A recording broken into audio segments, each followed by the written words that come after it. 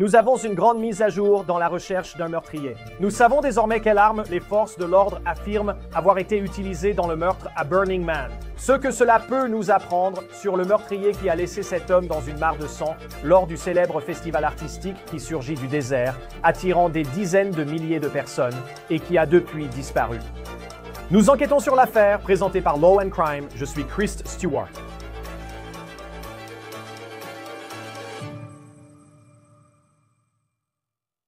De nombreux obstacles entravent les forces de l'ordre pour résoudre ce meurtre à Burning Man. Pensez à l'endroit du drame. Dans un désert, dans une ville de tentes, aujourd'hui disparue. En plus de cela, il n'y avait pas de réseau mobile. Donc les vidéos arrivent de façon sporadique depuis la fin du festival. Mais il semble que les forces de l'ordre disposent d'une preuve cruciale, à savoir l'arme du crime. La police du Nevada espère qu'en publiant de nouveaux détails, elle retrouvera l'assassin de Vadim Kruglov. 37 ans, originaire de Russie, il vivait dans l'État de Washington. Ses amis disent qu'il a aidé à construire une installation artistique au festival Burning Man. Le shérif du comté de Pershing a annoncé la cause officielle de son décès. Les adjoints du shérif rapportent que Kruglov est décédé d'une unique blessure au cou par arme blanche. Ils ont également publié une image de l'arme du crime. Je vais vous la montrer dans un instant. Et nous parlerons de ce que cela pourrait signifier concernant le suspect, qui il pourrait être, ce qu'il pensait, si c'était un meurtre prémédité ou non. Voyons d'abord comment nous en sommes arrivés là, puis je vous montrerai cette vidéo où l'on voit Vadim Kruglov dessiner le campement, une installation artistique pour Burning Man. L'un de ses amis l'a qualifié de véritable héros de Burning Man, toujours prêt à aider les autres. Un ami a partagé une vidéo de lui fêtant à Burning Man peu avant sa mort. Maintenant, Kruglov a été assassiné dans la nuit du 30 août et il a fallu plusieurs jours au shérif local pour l'identifier. Laissez-moi vous décrire comment il a été retrouvé et avec quoi les enquêteurs travaillent pour résoudre ce mystère persistant, même après des semaines. Maintenant, si vous ne connaissez pas Burning Man, c'est beaucoup à assimiler quand vous voyez des photos de l'événement. Cela se passe à Black Rock City, dans le Nevada, dans la région rurale et désertique du nord-ouest de l'État. C'est à plus de 2 heures au nord de Reno. Maintenant, lorsque nous zoomons sur Google Maps, vous pouvez voir cette sorte de forme en demi-lune. C'est la ville de campement temporaire qu'environ 80 000 personnes construisent chaque année autour de la fête du travail pour Burning Man. C'est un festival d'art de 9 jours jusqu'à la fête du travail. Les gens se rassemblent, portent des costumes, font la fête et célèbrent l'art et la culture. Maintenant, le point culminant de l'événement est la crémation de l'homme, qui est une installation artistique que l'on met en feu, photo prise lors d'un précédent événement. Le bureau du shérif du comté de Pershing, Nevada, a rapporté que le samedi 30 août vers 21h14, lors du début du brûlage de l'homme, des festivaliers ont alerté les adjoints après avoir trouvé Kruglov dans une mare de sang. Les adjoints affirment avoir interrogé les personnes sur place. Ils ont recueilli des preuves et bloqué la zone temporaire du camp où Kruglov a été trouvé. Ce n'est que quelques jours plus tard que les forces de l'ordre ont annoncé qu'il était la victime. Le médecin légiste a dit qu'ils l'ont identifié par ses empreintes digitales. Avant qu'il ne soit identifié, ses amis avaient publié des photos de lui sur les réseaux sociaux en disant qu'il l'avait perdu de vue et qu'il avait disparu. Alors que nous tentons de comprendre ce qui s'est passé et à qui la police a parlé, le Hollywood Reporter a interrogé une femme présente à la fête où Vadim Kruglov a disparu, qui affirme avoir alerté les autorités. En quittant Burning Man, elle a dit qu'ils ont vu une femme leur faire signe de s'arrêter. Et voici ce qu'elle a dit, je cite, « Nous sommes partis et sur le chemin du retour, une femme nous a fait signe de nous arrêter. Nous avons baissé la vitre et elle était très calme. Elle nous a dit que quelqu'un dans sa tente était en train de se vider de son sang et pourrait être mort. On bombe. Elle a dit que la femme leur avait dit qu'il ne voulait pas toucher Vadim. Maintenant, les enquêteurs peuvent avoir beaucoup d'obstacles dans cette affaire, mais il semble qu'ils aient non seulement un témoin comme celui-là, à qui ils ont peut-être parlé, mais aussi, peut-être, la pièce à conviction la plus cruciale, l'arme du crime. Ils affirment l'avoir. Voici l'image diffusée par le shérif du comté de Pershing. Ils disent non, que ce n'est pas exactement l'arme qui avait été utilisée, mais c'est exactement de ce type qu'il s'agit. C'est une image trouvée sur Google. C'est un couteau de boucher vert. Ça me fait penser à quelque chose qu'on emmènerait pour aller camper. Pour cette histoire, nous avons cherché Vadim Kruglov sur truthfinder.com. Et ce qui est ressorti, c'est une adresse à Tacoma dans l'État de Washington ainsi qu'à Brooklyn, New York. Il n'aurait eu qu'une autre interaction avec la police, une amende pour excès de vitesse dans l'Ohio. Sinon, son casier était vierge. Joseph Scott Morgan, professeur de criminalistique à l'Université d'État de Jacksonville, nous rejoint pour analyser cela. Merci comme toujours d'être avec nous sur Law and Crime. Vous êtes la personne idéale à qui en parler maintenant que nous voyons l'arme du crime que les forces de l'ordre disent avoir été utilisée dans ce meurtre à Burning Man. Que remarquez-vous en regardant cette photo? Elle est verte. Tu sais, Chris, depuis combien de temps on parle des 4 de l'Idaho? On a entendu parler des K-bars et autres, mais ce n'est pas le sujet. On parle de l'un de ces couteaux de cuisine de couleur néon. C'est ce que ça me semble être en tout cas, ce que beaucoup de gens à travers le pays ont dans un bloc, vous savez, sur leur plan de travail dans la cuisine. Vous pouvez en acheter dans n'importe quel grand magasin et je pense que vous pouvez en avoir de plusieurs couleurs. Cela me dit, et le couteau lui-même, juste pour que les gens comprennent, il ressemble au type de couteau qu'on utiliserait pour couper des oignons ou quelque chose comme ça sur une planche à découper essentiellement. C'est un couteau plutôt robuste. Pour moi, cela ressemble à une arme d'opportunité ou une arme de circonstance. Ce n'est pas comme si quelqu'un avait fait l'effort d'aller dans un magasin de sport pour acheter un couteau de chasse, un couteau de survie ou quelque chose comme ça. C'est un objet courant dans votre cuisine. Et pourquoi auriez-vous besoin de ça là-bas, à moins que, vous savez, à Burning Man, il y ait des campers, non? Et ils ont des tentes installées et ce genre de choses. Et les gens vivent de là-bas ou squattent là-bas, vous savez, pendant un certain temps. S'ils préparent des repas, c'est quelque chose qui serait facilement accessible et traçable. D'accord. Et je pensais aussi, pour rebondir sur ce que tu disais, c'est en quelque sorte un immense terrain de camping où les gens se trouvent pour Burning Man. Et tu sais, il n'y a pas de restaurant ni rien de ce genre. Donc, c'est le genre de couteau bon marché que tu peux acheter et que tu pourrais emmener avec toi en camping, contrairement à si tu allais à Burning Man avec l'intention de tuer cette victime. Je ne pense pas qu'un couteau vert chauffé serait probablement le type d'arme que tu verrais. Quel type de preuve peux-tu prélever sur quelque chose comme ça? Eh bien, c'est là toute la difficulté, je pense. Parce que d'abord, il faut adopter une vision assez large de la situation. C'est un environnement tellement sale et désorganisé là-bas. Et le couteau aurait été retrouvé là, sur les lieux. Qui l'a touché? Avec quel type de surface est-il entré en contact? Le couteau lui-même, si cela s'était passé dans un endroit fermé, comme si nous travaillions, si toi et moi enquêtions sur un homicide, disons dans un appartement quelque part à New York, on entre et il y a ce couteau vert vif posé sur le sol. On peut dire qu'à moins que quelqu'un ne l'ait essuyé, il y a de fortes chances qu'on puisse relever des empreintes latentes dessus. Parce qu'il n'y a pas que le manche, il y a aussi la lame. Si la main a touché cela. On pourrait aussi penser à l'acide désoxyribonucléique. Et j'aimerais vraiment savoir s'il y a un mélange de sang. D'une quelconque manière, par exemple là où vous avez la victime qui est connue et qui a maintenant été identifiée. Vous auriez évidemment certains éléments biologiques provenant de cet individu. Et ensuite, la personne qui a commis cela, est-ce que son acide désoxyribonucléique se trouvait aussi sur la lame ou sur le manche, pas seulement des empreintes digitales? Et donc, vous avez ces deux éléments, vous les mettez ensemble, et si vous pouvez établir qu'ils étaient réellement là ensemble, quelle était leur relation avant, disons même avant Burning Man? Est-ce qu'ils se connaissaient avant? Et y a-t-il eu une sorte de dispute? Y a-t-il eu une sorte de problème rencontré lorsqu'on vit dans ce type d'environnement communautaire? Eh bien, et je pense à la cause du décès qui a été officiellement communiqué. Et je me souviens quand il a été identifié pour la première fois, Oui. qu'ils avaient dit qu'ils l'avaient identifié grâce à ses empreintes digitales. J'ai pensé, avec les infos sorties, que c'était un peu morbide, presque une surenchère, puisqu'il disait qu'il était dans une mare de sang. En fait, il n'y avait qu'une blessure par arme blanche au cou. Qu'est-ce que ça vous dit, je suppose? Qu'est-ce que vous pouvez en déduire du fait qu'il n'y ait eu qu'une seule blessure par arme blanche qui a fini par tuer Vadim Kruglov? Oui, bon point, Chris.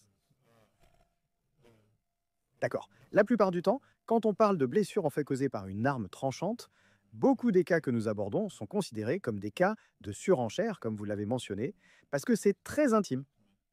Vous avez deux personnes qui s'affrontent, ou une personne qui attaque l'autre et qui poignarde encore et encore.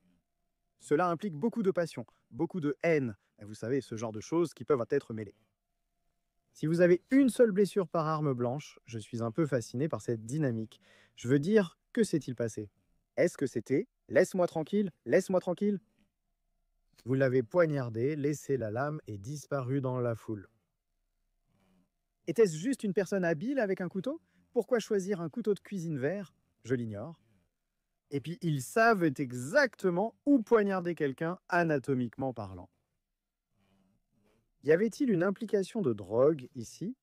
Et quand je parle d'implication de drogue, je veux dire, y avait-il des substances altérant l'esprit présentes chez la victime et potentiellement chez l'individu qui a commis cela, et leur réalité n'était pas la réalité, elle était influencée par les drogues qu'ils auraient pu consommer. C'est un point important à considérer ici.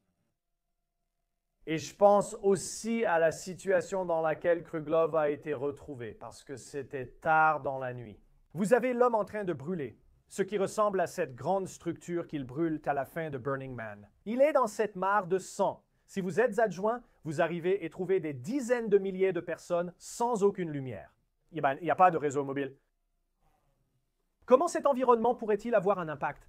Un corps, en supposant qu'il venait d'être tué puisque la flaque de sang semblait encore fraîche à ce moment-là. En termes de preuves, cela semble un environnement très difficile pour trouver un corps et en extraire des indices. Voyons voir. Si je devais présenter cela dans l'un de mes cours à Jack State, par exemple à mon cours sur la scène de crime, je dirais que la mise en garde serait que c'est le pire des scénarios. Oui, D'accord. Ou l'un des pires scénarios possibles, où il y a beaucoup de passages dans une zone spécifique. On fait parfois des choses, comme vous l'entendez et le voyez dans les médias, où l'on établit un périmètre. Où allez-vous établir le périmètre ici? Vous savez, est-ce que c'est juste cette zone immédiate? Y a-t-il une traînée de sang qui s'éloigne du corps? Pradiasto, est-ce que quelqu'un était couvert de sang? Eh bien, je ne sais pas si on pourrait vraiment s'en rendre compte, surtout avec le sol terreux qui entoure la zone. Et ensuite, vous savez, l'homme en feu qui brûle cette nuit-là, ce qui marque la fin de cet événement. Eh bien, j'avais entendu dire qu'il y avait beaucoup moins de monde que les années précédentes, mais on parle quand même d'environ 70 000 personnes. À ce stade, ils sont dispersés, Chris, et viennent du monde entier. Donc, si quelqu'un d'un autre pays, si c'est l'une des choses qu'il veut absolument faire dans sa vie, aller au milieu de la nature comme ça, ou tu sais, dans ce désert et s'amuser, une fois qu'il est sur la route et qu'il est parti ailleurs, où vas-tu trouver les données? Et tout le monde ne se connaît pas là-bas.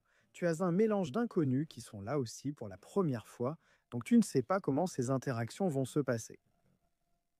Ensuite, juste le traitement de la scène.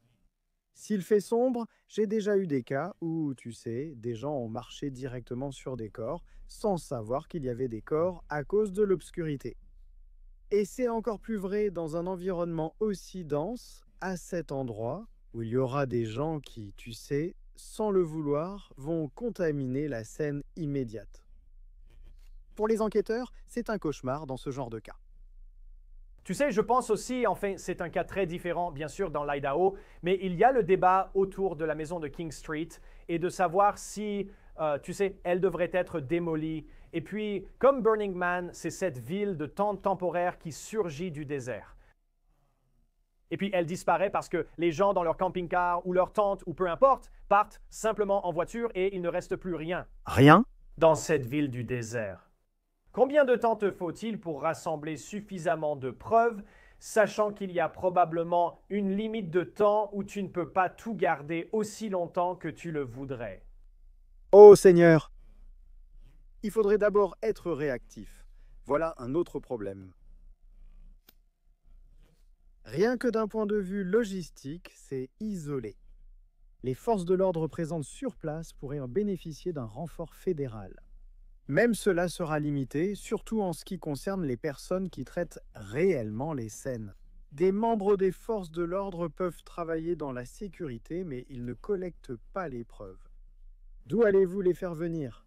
Et avez-vous assez de personnes pour répondre aux besoins que la scène impose avec toutes ces preuves délicates présentes sur place? Cela nous ramène au pire scénario où vous êtes dans cette zone d'isolement. Ce n'est pas comme si vous étiez dans un endroit très, vous savez, comme le centre-ville d'Atlanta, de Détroit, de New York, de Dallas ou n'importe où ailleurs, où vous avez toutes ces ressources à portée de main. D'accord. Vous parlez d'une zone isolée où il va falloir faire venir des gens et maintenant vous devez regrouper les personnes. Vous ne pouvez pas regrouper 70 000 personnes, les surveiller et leur dire « on va finir par s'occuper de vous tous ». Ça n'arrivera tout simplement pas. Donc j'imagine que, surtout au début de cette affaire, c'était l'un des problèmes qu'ils examinaient. Vous voyez, vers qui doit-on se tourner? Qui va être la principale source d'information? Qui sont les personnes les plus proches qu'il avait avec lui? Est-ce qu'il est arrivé seul? Est-ce qu'il est célibataire? Est-il venu avec un groupe d'amis? Je pense que c'est important. Je pense aussi, juste en regardant les photos, je ne suis jamais allé à Burning Man, mais d'après les photos que j'ai vues, il y a des gens en costume. Même si quelqu'un se souvient que ce gars portait un masque de loup. Ouais. Tu sais qui était sous ce masque? Donc, c'est comme une toute autre difficulté pour essayer d'identifier les personnes qui étaient là-bas. Quand tu évoques le pire scénario, on dirait une suite d'obstacles. Et un autre aspect, c'est qu'une grande partie de Burning Man, c'est qu'il n'y a pas de Wi-Fi, pas de réseau mobile. Il faut vivre l'expérience. Et ensuite, tout le monde publie ses photos après. Quel type de ressources cela demande-t-il? Et tu travaillais auparavant dans le comté de Fulton. C'est un comté immense, nécessitant d'énormes ressources pour résoudre les crimes. Mais dans ce cas, pour enquêter efficacement, de quelles ressources numériques as-tu besoin alors que des photos du Burning Man continuent d'arriver des semaines après, quand les gens rentrent, retrouvent du réseau et téléchargent tout? Oui, là, tu commences à penser à des choses dont on parle, comme le géorepérage et ce genre de méthode, pour essayer de localiser les personnes qui auraient pu se trouver près de la victime. Est-ce que la victime avait un téléphone portable? Et l'un des problèmes, c'est que si tu n'as pas de réseau là-bas, cette ressource devient automatiquement inutile. Tu devras revenir en arrière. Chris, je me demande si, au fur et à mesure que ces images se chargent, la biométrie pourrait intervenir. Là où tu pourrais avoir une sorte de reconnaissance faciale par intelligence artificielle, s'ils peuvent capturer des images, espérons-le sans masque, d'individus qui ressemblent à la victime, peuvent-ils obtenir une correspondance biométrique avec quelqu'un qui aurait pu être là, pour que tu puisses revenir en arrière et pas forcément accuser, mais interroger et demander « As-tu vu quelque chose ?» Je veux dire, ils partent littéralement de zéro ici. C'est un élément important dans tout ça. Et aussi, de quelles ressources avez-vous besoin pour traiter correctement la scène immédiatement, juste la zone autour du corps? Qui a eu accès au corps? Je pense que vous savez, en réfléchissant à tout ça, j'aimerais savoir dans quel état se trouvait son corps par rapport au changement post-mortem.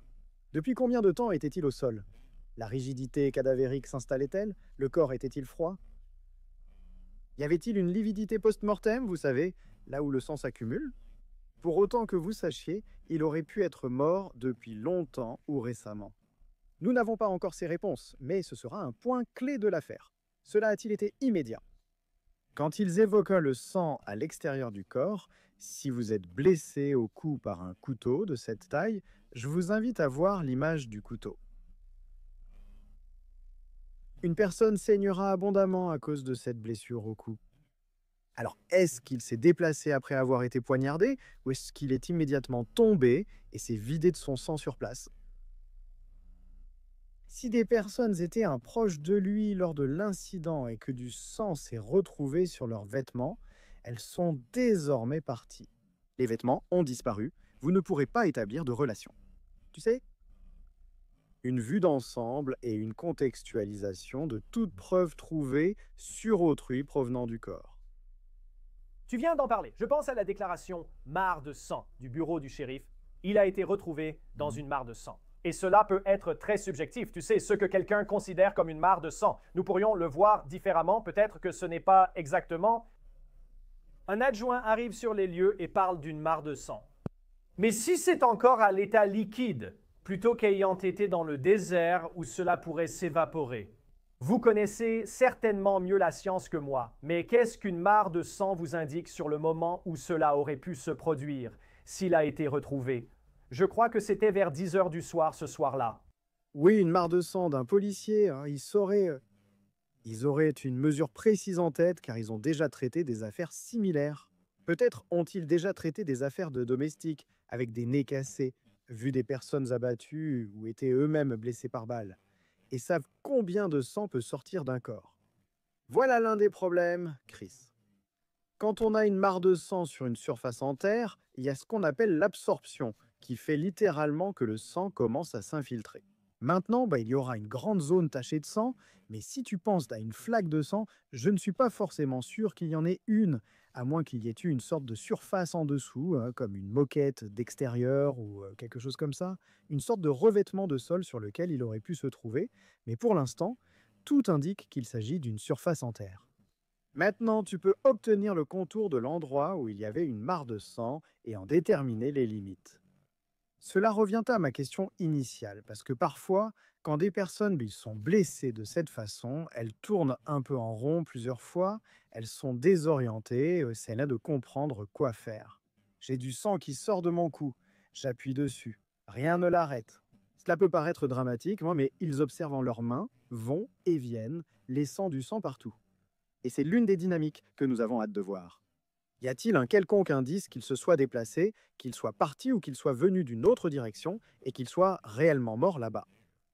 Autre point intéressant, le couteau est-il vraiment resté dans son cou et l'a-t-il retiré lui-même? Encore une fois, une autre grande question. Et donc, parce que c'est tellement alambiqué, c'est vraiment très confus et c'est aussi très isolé. Je ne sais pas si beaucoup de ces questions auront jamais une réponse, Chris. Oui, ce qui m'amène à ma dernière question, Joseph, car cela fait 3 semaines depuis le 30 août. Nous approchons de la fin d'octobre. Selon votre expérience, que faire quand il n'y a apparemment aucune piste? Nous avons évoqué ces obstacles. Concrètement, que faudrait-il pour faire avancer cette affaire?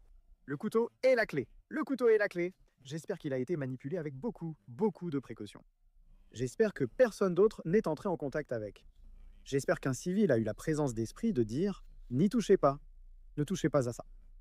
Nous voyons le couteau. Ils le montrent à la police. La police, à juste titre, le récupère, le documente et l'emmène au laboratoire au plus vite pour des analyses afin de rechercher toute preuve biologique fragile qui pourrait se trouver à la surface de ce couteau.